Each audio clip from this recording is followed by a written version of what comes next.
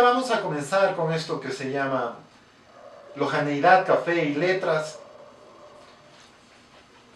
Y vamos a hablar de un tema muy interesante. Tengo algunos mensajes sobre lo que hablamos la semana pasada. Dicen que les ha gustado mucho desde el tema de la ciclovía, de ese tema de tratar de ser equitativos desde el consumo, de bueno, vamos a comprar en las cadenas grandes y demás, bueno, pero veamos qué necesitamos comprar ahí y qué vamos a comprar en la tiendita, en el mercado, en la feria libre, y así dejamos que nuestro dinero no solo se vaya a otra parte, aunque eso puede generar algo de empleo, sino también que se vaya quedando, se vaya distribuyendo acá. Juan Carlos, buenos días, tengo también muchos saludos y deseándote feliz cumpleaños. Buenos días, ¿cómo estás?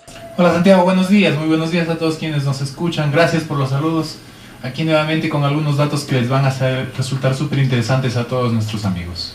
Comenzando con esto, si bien las estadísticas son muy complicadas a veces de conseguir, tenemos un censo que es del 2010, les gustó mucho el tema que hablamos de la basura, hemos también en Hoja del Futuro tenido temas del agua y demás. Y un tema para comenzar con esto es, por ejemplo, la población. ¿Qué población tenemos? En el segmento anterior lado B hablamos de esa participación del género femenino que debería ser equitativa. En Loja, aunque esto ya ha variado un poco porque son datos más o menos del censo, aunque la tasa de crecimiento se mantiene, tenemos el 50.8% de la población es de género femenino y el 49.2% más que nosotros. Es de género masculino. Sí, había un refrán que no lo voy a mencionar, pero siempre se lo comentaba en cuanto al número de mujeres y al número de hombres. Y también algo interesante es el estado civil, puesto que el 41% de la población en edad, mayores de edad, es casada, 38.8% soltera, hay un 8.7% de unión libre, un 6.3% de viudos, separados 2.6%, divorciados 2.4%, lo que conforma un poco la estructura de la población, Juan Carlos. Bueno, en realidad hay una serie de datos súper interesantes. Tú estabas hablando del censo y aquí esos datos hay un documento oficial que dice el censo, el reporte censo 2010.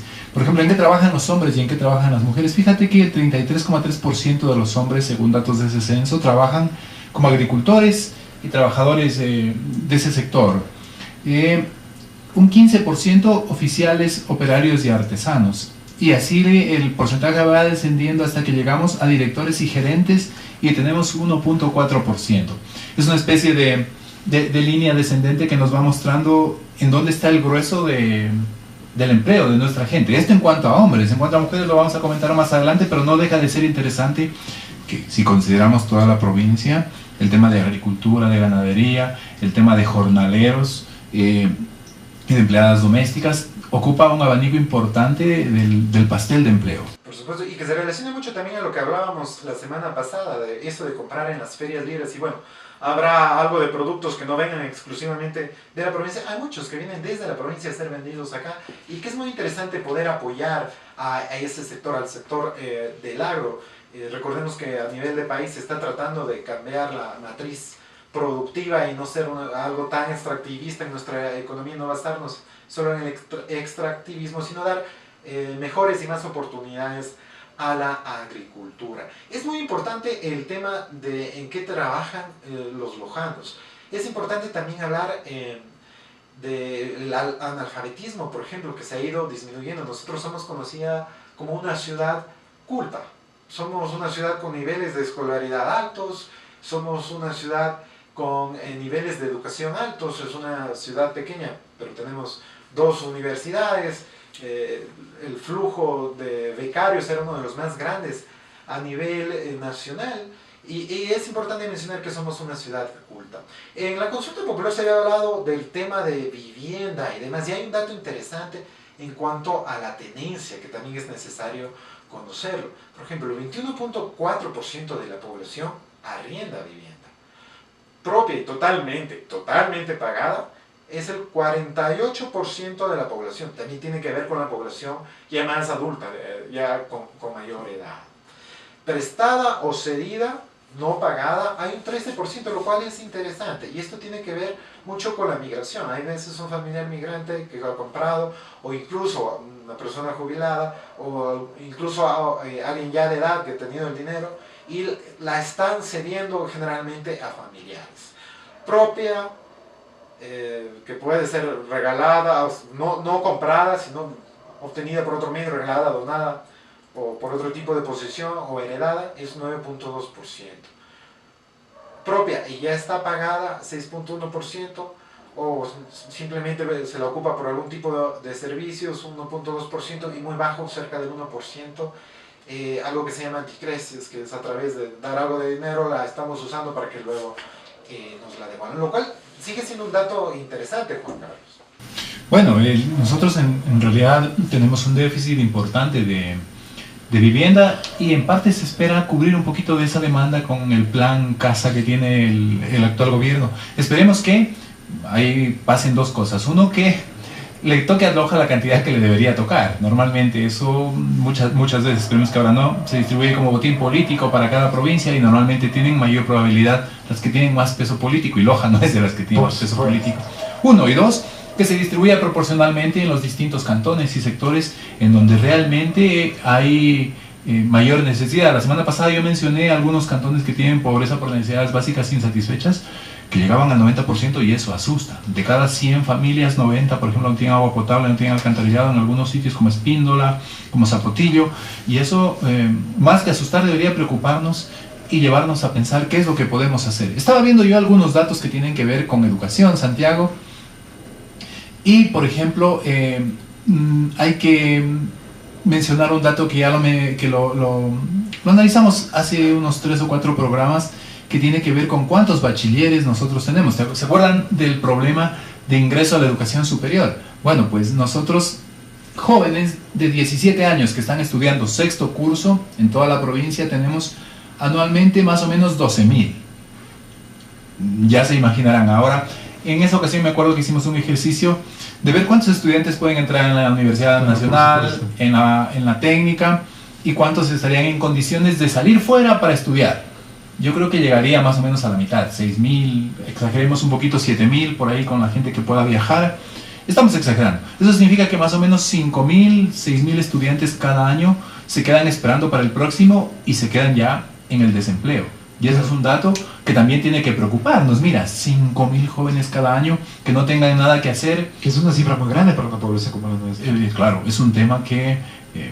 ¿cómo se resuelve eso? Pues el enfoque es político y ciudadano.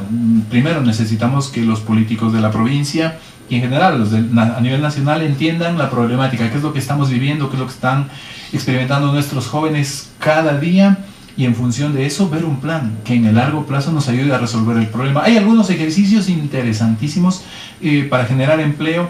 Sin embargo, yo creo que es momento ya de, como ciudadanía, empezar a plantear algo para que en el largo plazo podamos resolver ese problema. Vamos a hablar un poquito más adelante de eso, pero este dato de que tenemos 12.000 jóvenes que están estudiando el sexto año, el tercer año de bachillerato, a mí me deja un poquito preocupado. Por supuesto, es momento de comenzar a ver alternativas. La cifra que tú dices, y también mencionaron eso comparado a los niveles de pobreza y de desempleo, son preocupantes. En realidad, a veces estamos preocupados por otro tipo de aspectos que terminan cayendo más en la política que en la acción. Es importante, Juan Carlos, también mencionar un poco la estructura de la población, ya que hemos hablado de desempleo y hemos hablado de esta cifra preocupante, que es el número de personas que terminan su colegio o terminan sus estudios y no saben en dónde insertarse. Habíamos mencionado los porcentajes, y con los datos del censo vemos que los datos mencionan que 228.172 personas es la población total femenina de mujeres, y 220.794 es la de varones. En este mismo sentido, la población en edad de trabajar de mujeres es de 183.065, mientras que la de hombres es 133.947. Tendríamos que ver quiénes en realidad se encuentran más trabajando y si es que la proporción es equitativa entre estos dos géneros. Y la población económicamente inactiva o la población económicamente activa en cuanto a mujeres, la primera es de 121.788, y la segunda 61.277 según el censo, y la de hombres, la primera es 51.801, la mitad que la anterior, y 115.146, casi el doble que la del género femenino. Juan Carlos. Bueno, yo creo que es importante ir mirando un poco esos indicadores, pero por sobre todo ir caminando hacia la equidad, Santiago, por ejemplo. Que las instituciones que ofrecen empleo formal tengan más o menos un equilibrio, por un lado, y también que haya un equilibrio salarial entre lo que nuestro país es uno de los países que en América Latina tiene los niveles mayores de desigualdad en cuanto a salarios de hombres que perciben los hombres y que perciben las mujeres, incluso si hacen el mismo trabajo. Te voy a poner un ejemplo. Una persona que hace las veces de secretaria, es un ejemplo porque a lo mejor no existe, pero una dama que hace las veces de secretaria gana en promedio mucho menos que un caballero que haga las mismas funciones de secretario en este caso. Y yo creo que si estamos hablando de equidad, si estamos hablando de igualdad y sobre todo un apoyo al género femenino en este caso, y yo creo que ni siquiera apoyo, sino justicia, tendremos que ir mirando un poquito ese tipo de temas, que haya equidad salarial y también que haya equidad en cuanto al número de plazas que ocupan cada uno. Habían datos súper interesantes, yo tenía otros que tienen que ver con, bueno, hablamos en alguna ocasión con empleo, pero también algunos datos que son, yo creo que positivos. Mira, Loja es la segunda provincia que tiene la mayor tasa de captura de becas. Ahora, por ejemplo, que el Estado está dando una buena cantidad de becas, quien tiene mayor tasa por cada 100.000 habitantes es Chimborazo y luego le sigue Loja. Fíjate que le ganamos a provincias como Pichincha, Guayas, que están bastante abajo en realidad. Bueno, Pichincha está bien, va tercero. Está Chimborazo, Loja, Pichincha, Azuay, Carchi, Guayas está bastante abajo. Y que es donde se desarrolla la mayor parte de la actividad económica. Sí, y bueno, te comento algo. Hace tiempo conversaba con una amiga de Loja que se fue a vivir en Santo Domingo, ¿no? Y me decía que ella egresó de la universidad y se fue sin título y consiguió trabajo de manera sencilla y aquí no conseguía trabajo. Y claro, en realidad el nivel competitivo en Loja es bastante alto porque hay gente que tiene su carrera universitaria, a veces 2 carreras, tienen una maestría, algunos ya tienen el doctorado, un título de PhD. Es decir, la situación para competir por una plaza laboral es bastante compleja, difícil en este caso. Pero, por ejemplo, ahora tal vez la cosa ha cambiado, pero hace unos 6, 8 años en Santo Domingo Los Colorados había más posibilidades si tenías un título universitario. Por supuesto, en este últimos 5 años Santo Domingo se ha transformado totalmente y creo que será otra la situación. Sin embargo, es bueno considerar que en Loja el tema competitivo, el tema de formación es bastante alto, y prueba de ello es ese dato que les estamos dando de que Loja es la segunda provincia que más becas capta a nivel nacional. Sí, en realidad es muy interesante el tema de la cultura, el tema de la educación, el tema del empleo. Lastimosamente todavía nos sigue faltando generar un poco más empresa, aunque ya hay algunas iniciativas, lo que hablábamos la semana pasada, lo que hemos hecho en Hoja del Futuro. En cuanto a la estructura del trabajo, que también ya lo mencionabas, es importante destacar que alrededor del 20% de la población lojana es empleada privada. Trabaja en instituciones, es decir, da sus servicios, no ha ejercido ningún negocio. Pero también es interesante que hay, sobre todo en la parte del comercio, hay un porcentaje del 38% que es muy interesante y que ha ido creciendo. Y un 17% aproximadamente es empleado del Estado.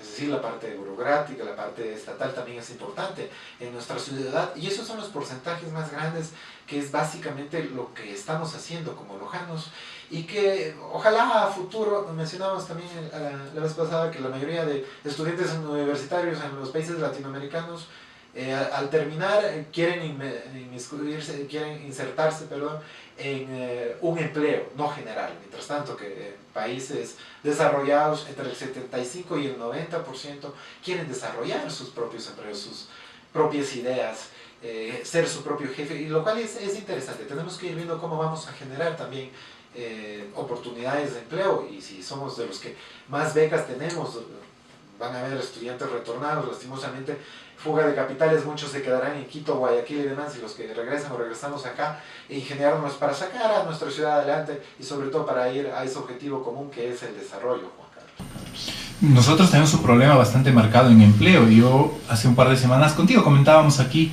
que, por ejemplo, cuando en el año 2007 teníamos una tasa de desempleo alta. Con la subida de precios del petróleo, nuestra tasa de desempleo bajó en el 2011 más o menos al 2.2. Es un desempleo bajísimo. Sin embargo, cuando empezó la crisis o los problemas económicos que tuvimos en el país, la tasa de desempleo se disparó al 6.7. Solo Esmeraldas nos ganaba. Claro. Es decir, la segunda provincia con el desempleo más alto. Eso de forma clara demuestra que nosotros no tenemos un tejido productivo que de alguna manera pueda soportar este tipo de embates. Tenía por aquí unos datos de desempleados de la zona 7 en los que nos muestran bastante más abajo que, por ejemplo, la provincia del Oro.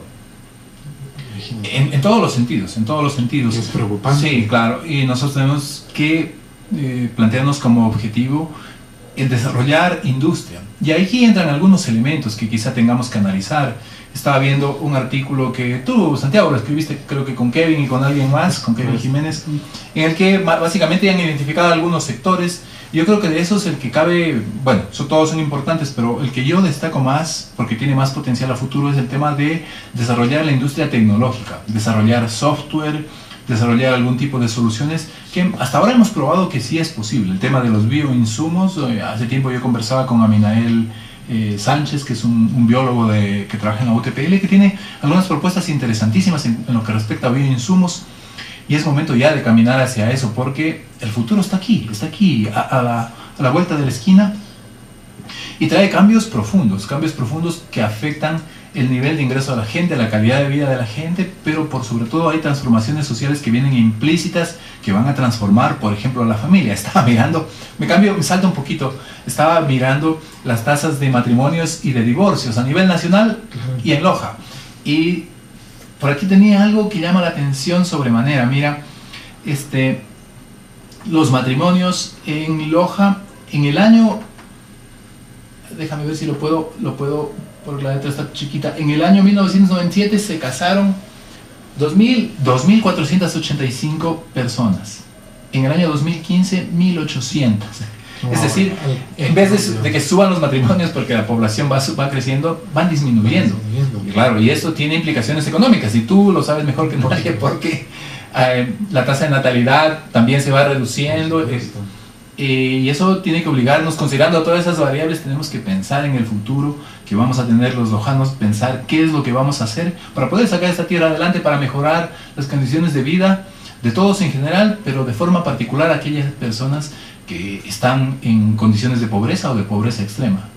Por supuesto, bueno, como lo mencionabas en este documento que junto a Kevin Jiménez y José Vicente Ordóñez hicimos, hablamos justamente un poco de esto, de las nuevas alternativas en cuanto a producción, la economía del futuro, cómo no estamos preparados y cómo tenemos que prepararnos. Y casualmente ayer conversaba con Aminael, que estamos trabajando en una tesis.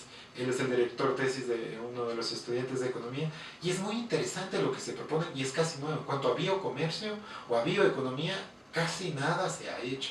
Y lo que pretende esto, entre otras cosas, es tratar de disminuir los costos de producción y generar más ingresos, y es más redistributivo. Personas del área rural, simplemente con algo de formación o nueva capacitación, pueden obtener muchos mejores ingresos, pueden tener muchas más ganancias haciendo lo que venían haciendo, nada más optimizando los recursos. Y eso es muy interesante. Otro dato que va con esto, y es preocupante lo que hablas de la tasa, bueno, de los matrimonios y demás, irá cambiando esa tasa de natalidad, que tiene que ver también con cuestiones económicas.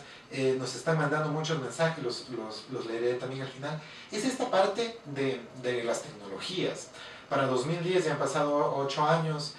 Por ejemplo, el uso del teléfono celular, y la pregunta que hace el INE, el Instituto Nacional de Estadísticas y Censos, en los últimos 6 meses, quienes utilizan frecuentemente su teléfono celular era cerca del 70%. ¿En el 2010? En el 2010, no. Ahora, esa cifra, en una encuesta de un estudio del 2015, ya estaba por arriba del 87%, cerca del 90%. Y seguramente para ahora estaremos muy cerca del 100%. El uso de Internet para el censo era del 26%. Ahora, con el incremento de la tecnología, tecnología, incluso si tú vas al parque ya puedes tener acceso a internet, y el uso de la computadora era cerca del 40%, lo cual ha ido incrementando cada vez más. Y bueno, quizás el de computadora no tanto, es más para cuestiones laborales y demás, pero de tablets, teléfonos celulares, que ahora todo está conectado a eso en las universidades y demás. Ya ahora manejamos todo vía cuestiones online, y a través de tu teléfono puedes mandar mensajes a tus estudiantes, hacer tutorías y demás. Y lo que me parece muy interesante es que comienza a verse ya el fruto de esto. Ya hay aplicaciones de lojanos que han tenido mucho éxito y a nivel competitivo, en realidad, y que se están vendiendo afuera, y que tenemos que comenzar a valorarlas y también a adquirirlas y a utilizarlas y a manejarlas. Mira, hace poco vino Varoufakis, creo que el año anterior fue, que era el exministro de Economía de Grecia, que tomó Grecia cuando tenía una situación precaria. Una de las conclusiones a las que llegaron en el foro en el que participó es de que Ecuador tiene que convertirse en un referente tecnológico para América Latina, pero no es fácil, porque tienes que tener, el principal elemento es talento humano, mano de obra calificada para hacer, y luego una serie de estímulos estatales y una serie de elementos que faciliten la inversión, que los inversionistas corran ciertos riesgos, etc. Pero en el caso particular de Loja, el tema del talento humano, de alguna manera ya se cuenta con algo, y prueba de ello es que ya se están haciendo algunas cosas. Incluso aquí hay un clúster empresarial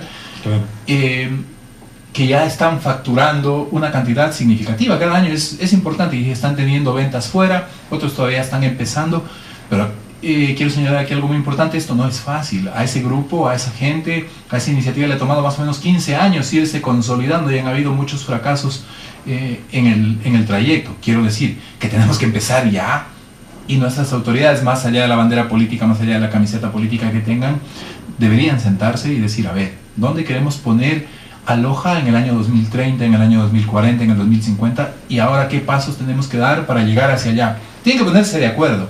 Entendemos que hay una disputa política siempre, pero más importante en este caso es la ciudad, más importante es la provincia.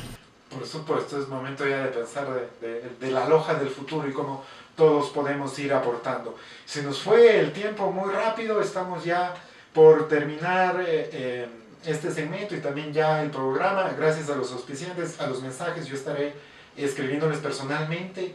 Yo, antes de despedirme, quería dar solo un datito interesante. Mira, porque hablamos hace un rato de cuántas becas capta Loja. Pues esto tiene relación con la formación que reciben sus jóvenes, mira. Y en las pruebas de ser maestro, estas son del año 2015, Loja tenía una buena posición en la evaluación que tuvieron los maestros de la provincia. Quedó sexta a nivel nacional. Quiero decir que nuestros maestros de alguna manera tienen un nivel adecuado de formación, están haciendo bien las cosas, han salido bien evaluados. Eso amerita un bien por Loja. Fantástico, Juan Carlos, muchas gracias. Nos estaremos escuchando la siguiente semana, también por redes sociales estaremos conversando. Tu despedida, Juan Carlos. Bueno, un abrazo a todos quienes nos han escuchado hoy en este programa, y estaremos preparando algo súper interesante para la semana siguiente. Muy buenos días.